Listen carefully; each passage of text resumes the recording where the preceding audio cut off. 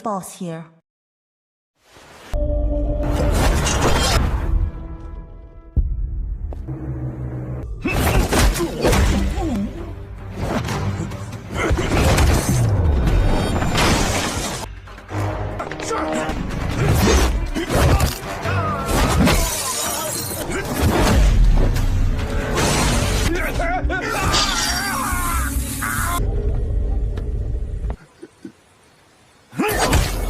I'm a grown-up man that can handle myself.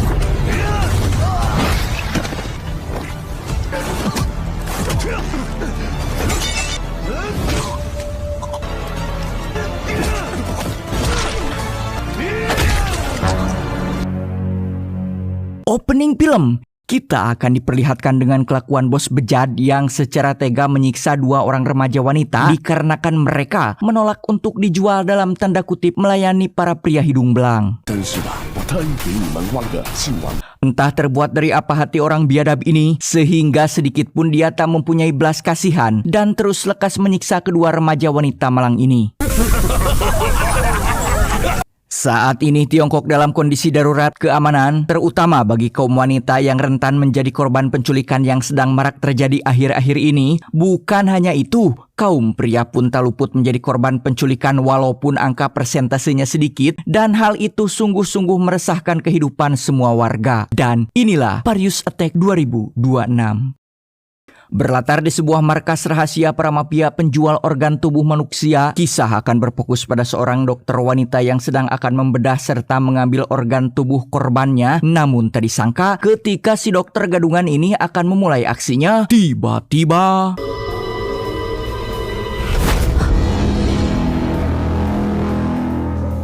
ya, ternyata pria ini sengaja berpura-pura menjadi korban penculikan demi bisa menyelusup ke markas tempat orang-orang biadab tersebut. Disangka si dokter ini akan mengurungkan niatnya, tetapi Kill him. tak lama para kronco datang karena mendengar keributan di ruang bedah. Mereka tidak tahu saja sekarang sedang berhadapan dengan siapa.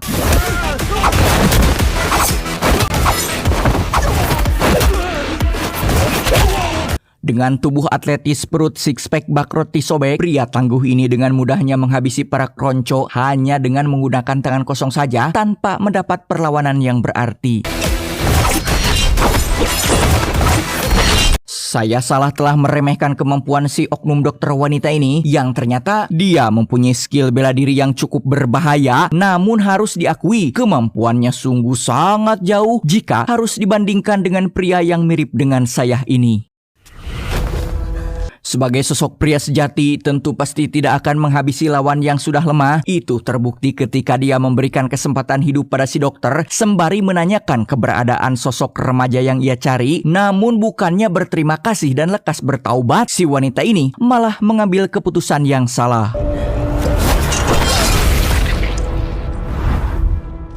Ruangan ini sungguh menyeramkan, terdapat banyak sekali orang yang dikurung di dalam penjara demi diambil organ tubuhnya. Dan tepat ketika si pahlawan memasuki ruangan selanjutnya, ternyata didapati si bos bejat yang langsung dilemparkan pertanyaan tentang di mana keberadaan remaja wanita yang ada di dalam foto.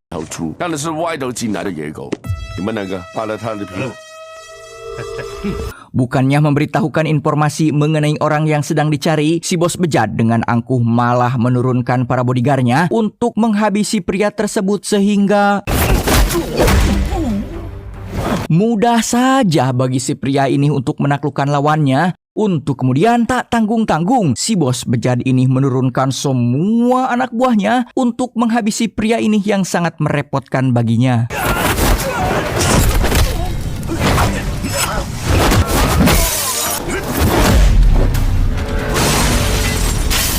Setelah semua anak buahnya berhasil dihabisi, terlihat perbedaan roma muka yang sungguh signifikan. Awalnya si bos bejat ini bersikap angkuh, kini ia terlihat ketakutan layaknya ayam sayur yang siap untuk disembelih.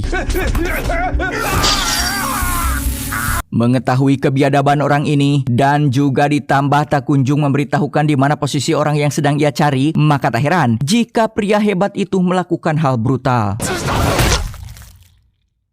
Dengan fakta bahwa foto remaja tersebut merupakan putrinya yang hilang, realistis saja apabila dia murka terhadap manusia-manusia biadab yang sengaja menculik orang-orang yang tak bersalah demi cuan semata.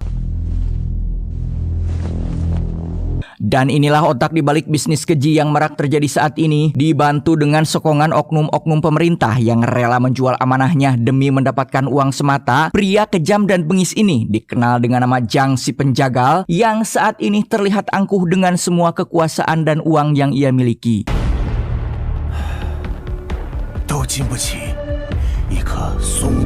Merasa Adigung juga besar kepala dengan pencapaiannya saat ini, membuat nafsu dan keserakahan menguasai seluruh elemen yang ada pada dirinya, hingga ketika ada seseorang di sekitar mulai berpikiran tidak sejalan dengannya, maka inilah yang terjadi.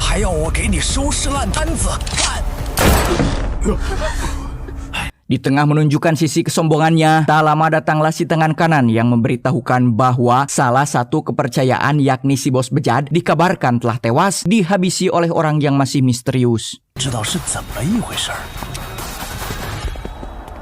Berdasarkan informasi sebelumnya, sang ayah pemberani yang akan kita sebut saja beliau Kim lekas mendatangi sebuah rumah bordir dan menginterogasi pemiliknya yang dikenal unmoral. Awalnya pria ini tidak mengaku sampai akhirnya Kim memberikan pelajaran yang cukup menyakitkan.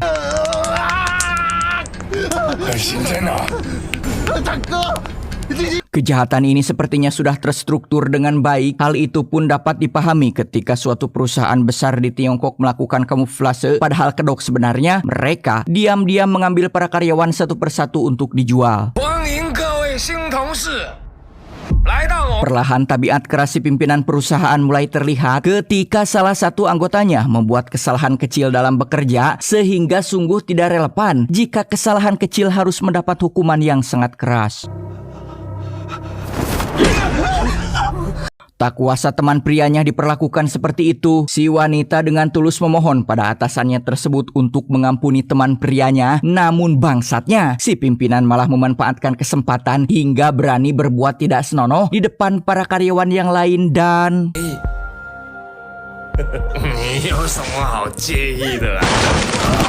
Ya, siapa saja yang terlibat dalam penculikan putrinya pasti akan Kim datangi. Seperti biasa, mereka awalnya pura-pura tidak tahu sampai berani melakukan perlawanan.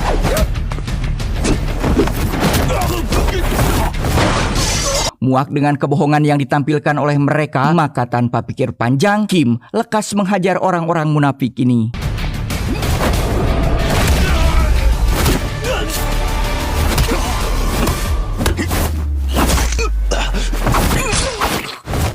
Saat ini si pimpinan perusahaan masih percaya diri dengan skill bela diri yang ia miliki, tanpa ia tahu sosok yang sedang dihadapinya sekarang merupakan seorang mantan pasukan khusus yang ditakuti oleh seluruh dunia.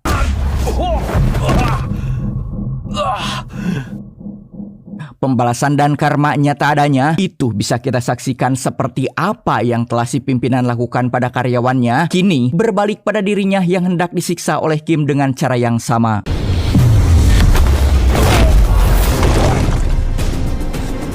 Puas menyiksa pria baragajul tersebut, Kim menyerahkan sisanya kepada para karyawan yang sudah barang tentu memiliki kebencian juga dendam kesumat pada atasan yang super dolim tersebut.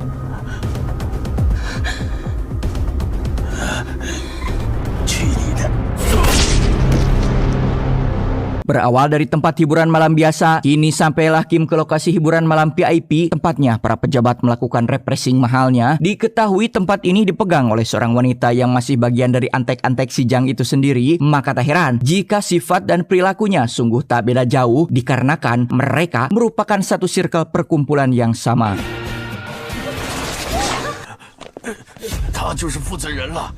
Dengan cara yang sama pula, pertama-tama Kim menanyakan di mana lokasi putrinya saat ini. Berbeda dengan penjahat-penjahat sebelumnya, si wanita jalang ini mengaku ia mengetahui di mana lokasi dan bagaimana keadaannya. Bahkan ia akan memberitahu semua asalkan Kim sudi untuk bercinta dengannya. Namun karena Kim bukanlah seorang pria hidung belang, lantas ia menolak secara mentah-mentah hingga membuat si wanita jalang itu dibuat tersinggung dan marah-marah hingga akhirnya mengerahkan semua anak buahnya untuk menghabisi Kim.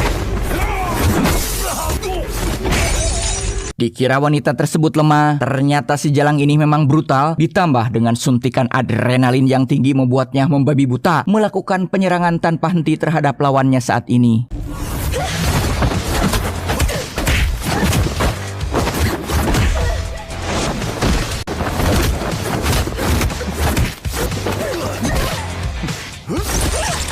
Dirasa cukup merepotkan, maka Kim segera mengakhiri pertarungan ini demi memanfaatkan waktu agar secepatnya bisa menemukan keberadaan sang putri.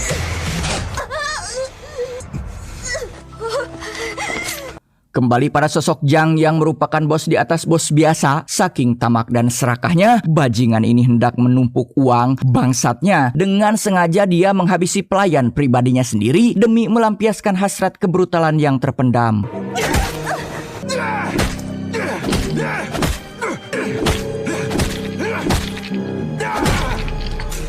Tak lama berselang datanglah tangan kanannya untuk memberikan informasi buruk mengenai beberapa mitra bisnisnya yang sudah tewas dihabisi oleh orang misterius. Usut punya usut, orang misterius tersebut sedang mencari putrinya yang hilang. Diketahui remaja wanita yang dicari memang berada di tempat itu. Senyap bagaikan hantu malam, tanpa diketahui, Kim sudah berada di luar area markas mitra terbaik si Jang yang bergerak di bidang jual beli darah juga organ manusia. Sedangkan kondisi di dalam markas sudah bisa kita lihat bahwa mereka para korban dipaksa untuk memberikan darahnya secara brutal demi stok cuan yang menjanjikan. Tak jauh berbeda dengan si Jang, orang yang bernama Jack ini juga tak kalah bengis dari bosnya yang mana ia selalu menghukum para korban dengan cara sangat sadis apabila berani menentang kemauannya.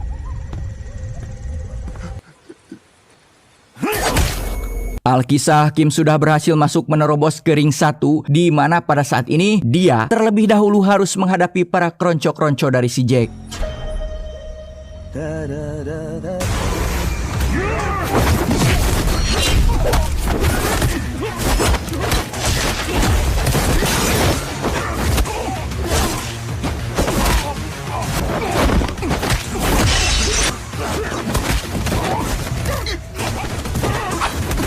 Meskipun satu lawan banyak, Kim mampu membuktikan bahwa dia memang bukan orang sembarangan yang pada hal ini memaksa si Jack turun tangan untuk melayani skill kemampuan bertarung yang disuguhkan oleh lawannya tersebut.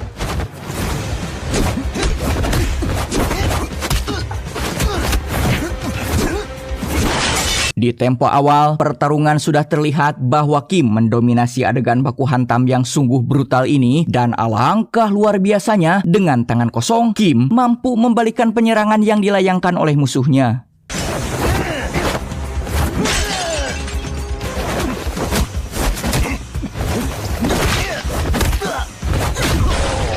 Adegan pertarungan sempat terhenti saat Kim memberikan kesempatan pada lawan untuk mengobati lukanya, hingga setelah pertarungan kembali berlangsung, tensi, kecepatan, dan kebrutalan pun semakin meningkat sehingga...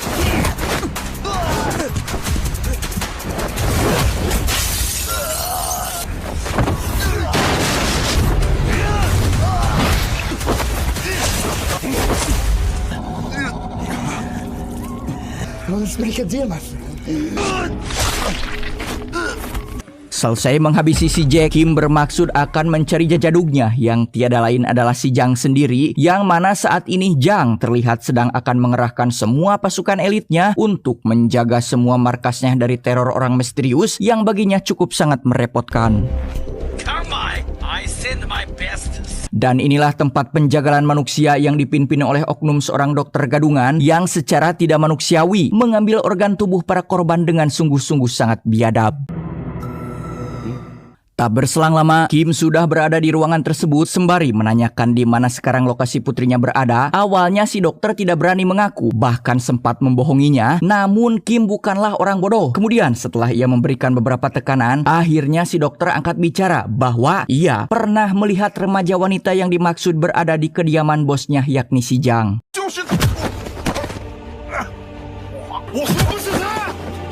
Alangkah gilanya sosok si Jang ini, saking senangnya karena telah mengetahui wajah orang misterius yang selama ini ia cari, maka dengan sologotonya, ia langsung menghabisi satu anak buahnya tanpa alasan. Hingga pada akhirnya pasukan elit milik Si Jiang dikerahkan untuk memburu sosok Kim. Bahkan tak tanggung-tanggung mereka membuat keributan serta kerusakan di tempat umum tanpa mempertimbangkan dampak dan kerugian yang ditimbulkan.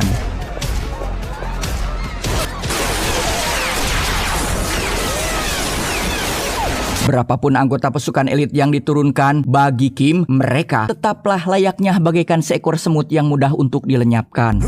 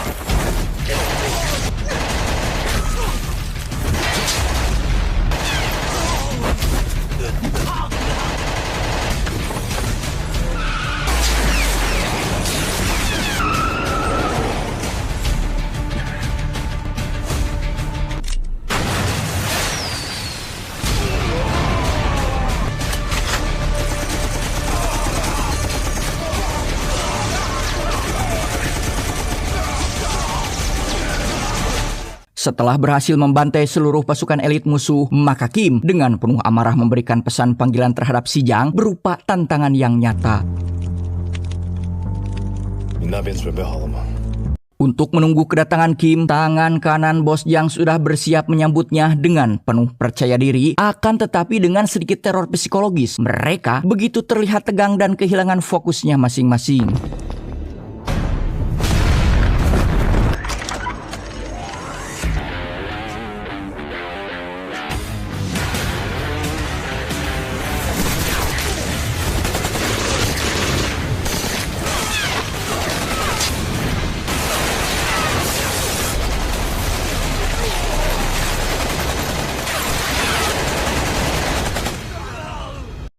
Karena para pasukan sudah habis dibantai, maka dengan terpaksa Si Jiang keluar dari persembunyiannya sehingga adegan tetemakan pun kembali terjadi.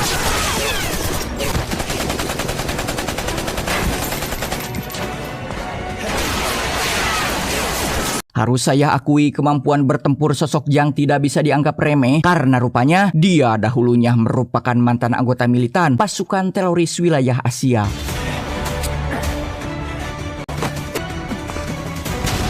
Merasa bangga karena berhasil memojokkan lawan, karena dia diuntungkan dengan mengetahui denah lokasi rumah berikut seluk-beluk ruangan, maka dengan songongnya ia menantang Kim sambil meneguk sebotol Homer. Gila, benar-benar gila. Dia memang real sultan di atas sultan, di mana tumpukan uang yang begitu banyak sengaja dibakar demi mengolok-ngolok Kim yang sedang bersembunyi agar segera keluar. Akhirnya final battle antara Kim dan bos Jiang terjadi secara sengit, di mana saat ini sulit untuk menentukan siapa yang akan menang dan siapa yang akan kalah karena diketahui keduanya sama-sama kuat dan sama-sama brutal.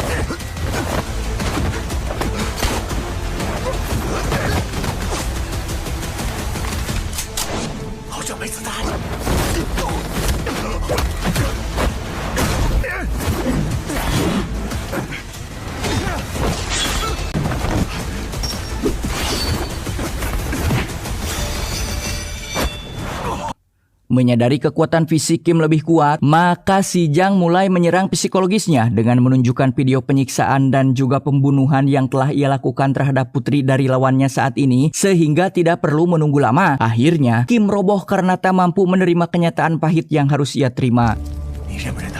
Setelah beberapa kali mendapatkan hantaman yang keras, Kim kembali terpacu adrenalinnya saat melihat kalung milik mendiang sang putri yang merupakan hadiah ulang tahun pemberiannya itu sengaja dirusak oleh si laknat ini sehingga...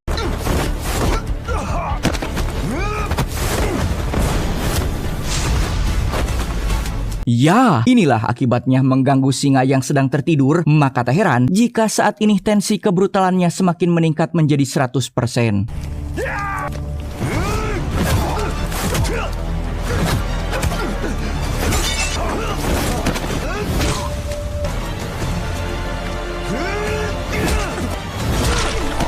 Entah apa yang si bangsat ini pikirkan, dalam kondisi terpojok pun sempat-sempatnya ia memancing amarah Kim dengan menggambarkan kejadian proses pembunuhan sang anak berikut korban lainnya, sehingga merupakan keputusan yang tepat bagi Kim untuk segera mengakhiri riwayat kejahatan orang biadab ini.